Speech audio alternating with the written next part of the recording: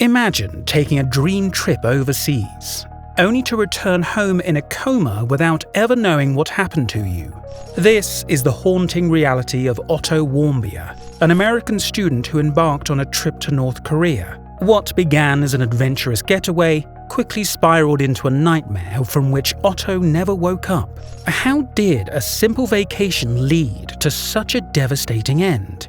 And what really happened during his time in one of the world's most dangerous regimes? In this video, we uncover the tragic mystery behind Otto Warmbier's final days.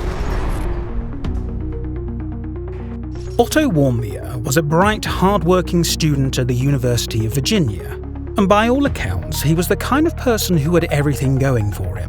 Academically gifted, athletic, and popular among his peers. It was during his junior year that Otto decided to take a break from his studies. After months of grueling coursework, he sought something different. But instead of a typical vacation spot, Otto made a surprising choice: North Korea.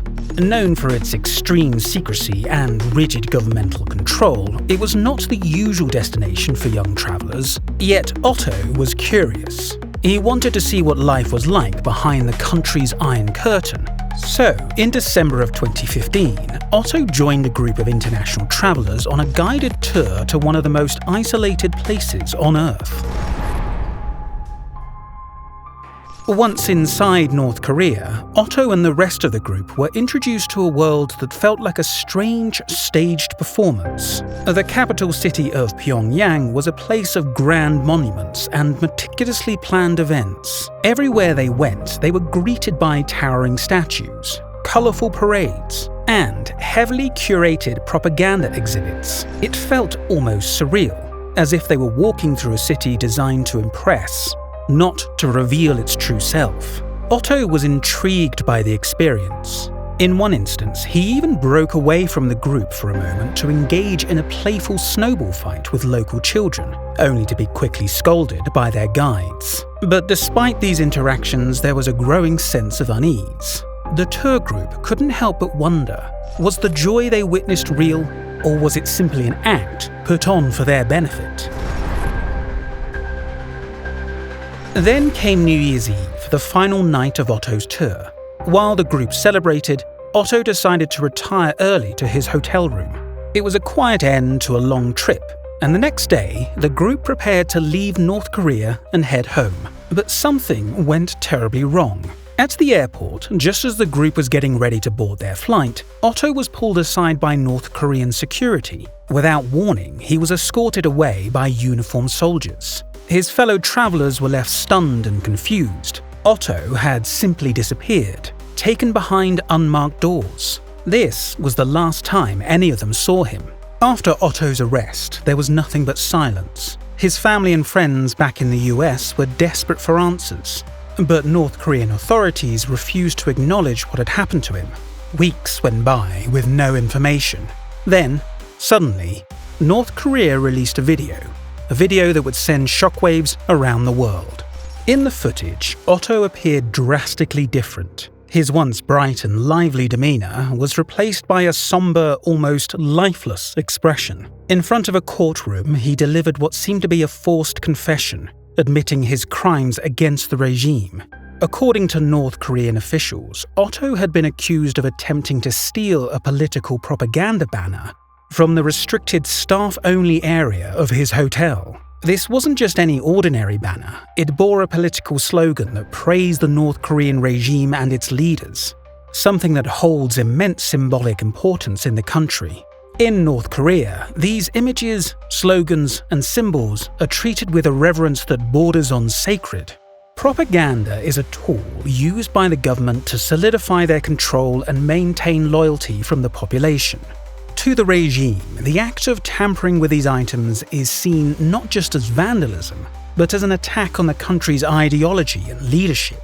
North Korea's claim was that Otto planned to smuggle the banner back to the US, potentially to sell it or use it as a trophy of defiance. While the truth behind these allegations remains unclear, North Korean authorities framed it as an act of espionage and disrespect. one they would not tolerate. By making an example out of Otto, they sent a stark message to other foreign tourists. Any violation of their rules, no matter how small it might seem, would be met with severe consequences. In a country where maintaining control is paramount, the theft of such a symbol was seen as a direct challenge to the regime's authority. After the trial, Otto vanished from the public eye.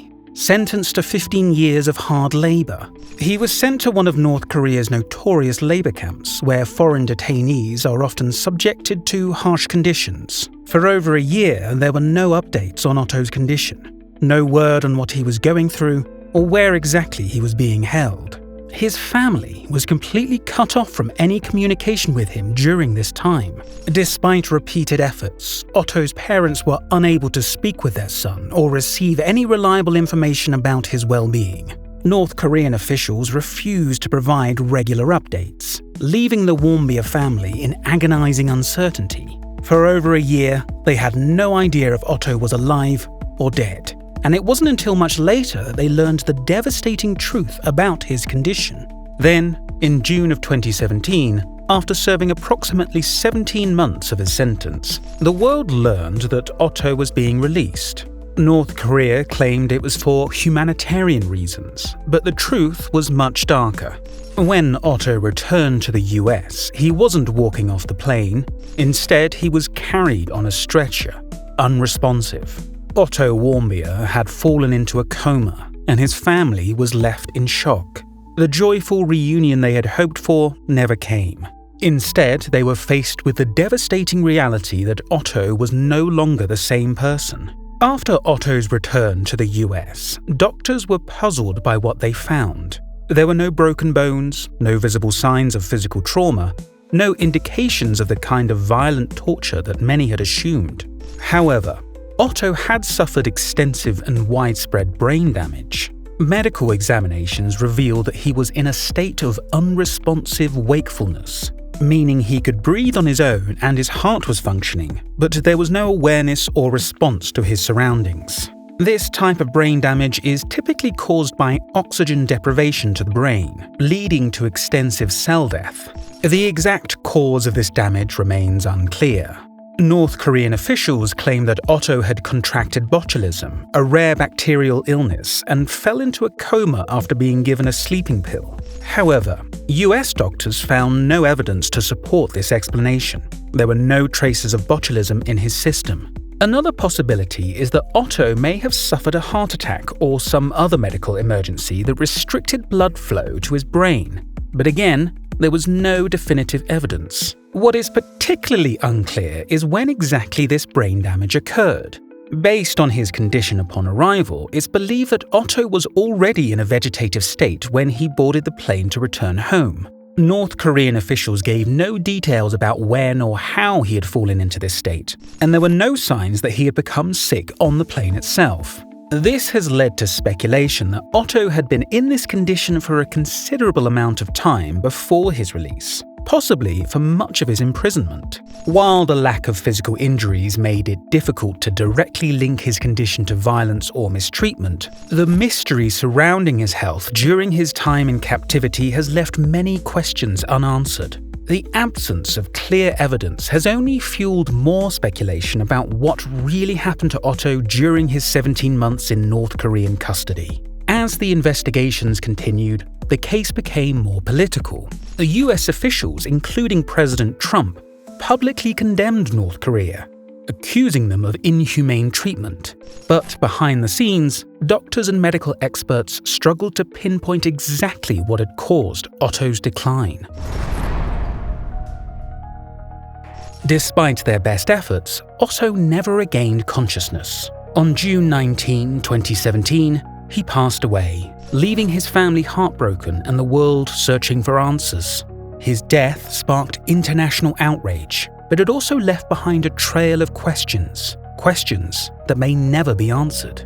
What really happened to Otto Warmbier during his time in North Korea? Was he the victim of a brutal regime, or was his decline the result of something more complex? The true story remains locked away with the North Korean government. and we may never know the full truth. Otto Warmbier's story is more than just a tale of tragedy. It's a powerful reminder of the risks that can come with seeking adventure in places where secrecy and oppression reign.